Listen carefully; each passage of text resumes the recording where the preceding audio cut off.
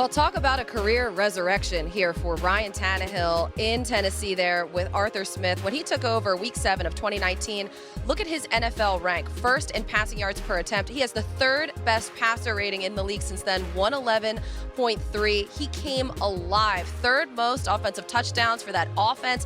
That whole offense just really shined. They sung once Tannehill stepped in, and it just completely changed from what they had with Marcus Mariota. So let's dig into that a little bit more. Get down to Nashville, Tennessee, where Mike Giardi joins us. Good morning, Mike. So my question for you is, with the departure of Arthur Smith, who was in Tennessee for about 10 seasons as an assistant, now he's the head coach of the Atlanta Falcons. How will that impact Tannehill and this offense? Or do you expect it to sort of, maybe it improves?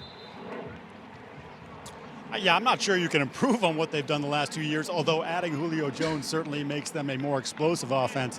If Jones can be the guy that he was in Atlanta for the better part of his career, where we're talking about one of the best receivers in the National Football League. But I think you're looking at the same offense. The offense that Arthur built is what Todd's inheriting now, Todd Downing, and it's what Ryan runs and runs well. They found things that work with this offense, and with that trio of Derrick Henry in the backfield, A.J. Brown, who's looked absolutely outstanding. In fact, talk to the guys around here, they believe Brown's looked a little bit better than Julio, and that's not to say that Julio hasn't looked good. It's just that AJ has really been on point. So the ability for this team to be explosive and to find different pieces, and having Jones, I think, was really interesting because, thus far in camp, Jones has been on the right side, AJ has been on the left, but that's not the plan. The plan is to move those pieces around, and you get Julio in the slot or you get AJ in the slot, and that's a tough ask for the elite corners on the outside, never mind the guys on the inside.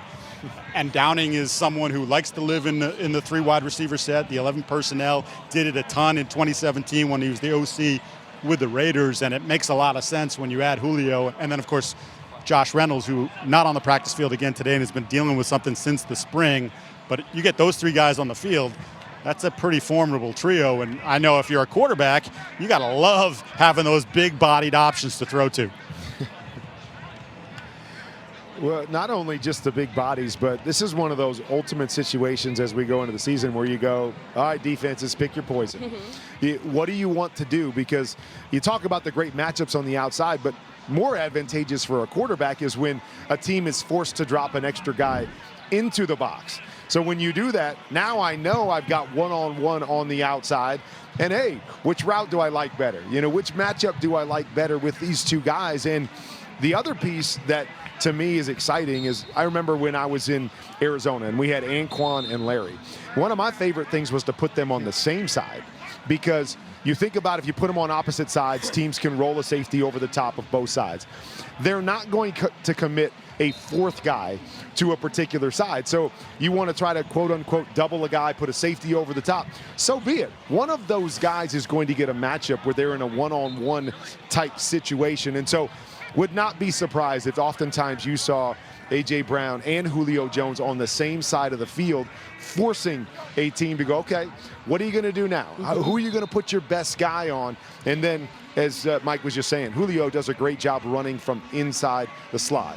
And when you've got a guy that's that dynamic, can get down the field, has a 2-way go, man, it's really going to open things up. So if I'm Ryan Tannehill, I'm sitting back going, I can make my job easy by just handing it to Derrick Henry. If you want to keep 2 safeties back, you want to drop somebody down, man, it's just easier. Now all I have to do is close my eyes and pick one of these 2 guys that can win in any and every situation. And speaking of defending all of these weapons that the Titans have, the Titans get one of their own defenders back on the field, their first-round cornerback, Mike, Caleb Farley. So tell us a little bit about that down there.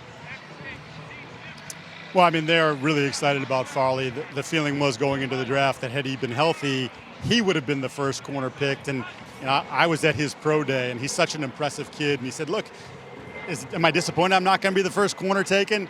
Sure. But he goes, when they do my 30 for 30 years from now, it's just going to be part of my story. So I love the confidence. He believes he can cover anyone, and they have such strong feelings about the kid, his character, but in general, his overall talent. And Colin, when you look at what they did last year defensively, they weren't good. There's no sugarcoating it. They were bad getting to the passer. They were bad when the ball was in the air. They struggled to stop the run.